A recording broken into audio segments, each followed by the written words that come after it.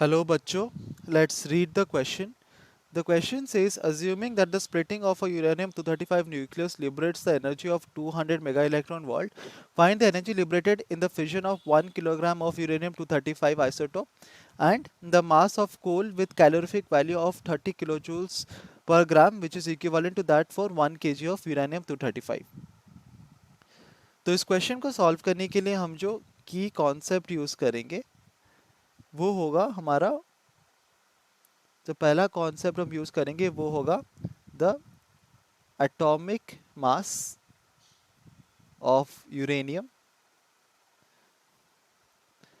तो क्वेश्चन में हमें दिया गया कि हमारे पास एक यूरेनियम 235 का न्यूक्लियस एटम है। तो वी नो दैट अगर हम रिप्रेजेंट करेंगे एक एटम के एक एलिमेंट के एटम को तो उसको हम कुछ इस तरह से रिप्रेजेंट करते हैं। अगर हमारा एलिमेंट है कुछ एक्स एलिमेंट है तो ये होता है ए और ये होता है जेड। तो ए यहाँ पर क्या होता है, ए होता है इसका एटॉमिक मास और जेड होता है इसका एटॉमिक नंबर। तो एटॉमिक मास क्या होता है, तो टोटल नंबर ऑफ प्रोटॉन्स और न्यूट्रॉन्स कितना उसके एक अनचार्ज्ड एटम में होता है वो उसका एटॉमिक मास होता है। और एटॉमिक मास क्या होता है, एटॉमिक मास होता है mass of Avogadro number of, तो मैं एवोगाड्रो नंबर ऑफ एटम्स। तो अगर हमारे पास एवोगाड्रो नंबर ऑफ एटम्स है, एवोगाड्रो नंबर क्या होता है, this is equal to simply 6.023 multiplied by 10 to the power 23। तो अगर हमारे पास इतने नंबर ऑफ एटम्स है तो इतने नंबर ऑफ एटम्स का जो मास होगा उसको हम कहते हैं atomic mass of the given element. तो अगर हमारे पास दिया गया यूरेनियम 235 न्यूक्लियस, इसका मतलब हमारे पास जो एटम है वो है उसका हमारा एटॉमिक मास है 235 ग्राम्स। इसका मतलब Avogadro number of atoms of uranium has 235 grams of mass. और हमें पता है कि अगर हमारा एक यूरेनियम 235 न्यूक्लियस स्प्लिट होता है so we have 200 mega electron volt of energy हमारा रिलीज होता है कि लिबरेट होता है। तो अगर हम 1 kg ऑफ यूरेनियम 235 का सैंपल यूज करेंगे तो हमारा कितना एनर्जी लिबरेट होगा, तो हम लिख सकते हैं यहाँ पर टोटल एनर्जी जो हमारा लिबरेट होगा वो होगा, टोटल हमारे पास कितना मास ऑफ सैंपल है 1 kg, सो 1000 डिवाइडेड बाय हमारा मास of Avogadro number of uranium atoms is 235। तो हमको इतना नंबर ऑफ यूरेनियम 235 के मॉलिक्यूल्स मिल गया।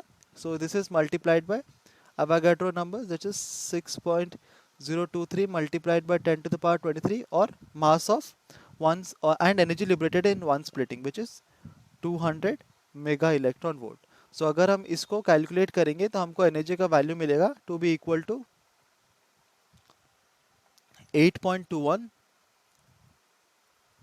Multiplied by 10 to the power 10 kilo joules.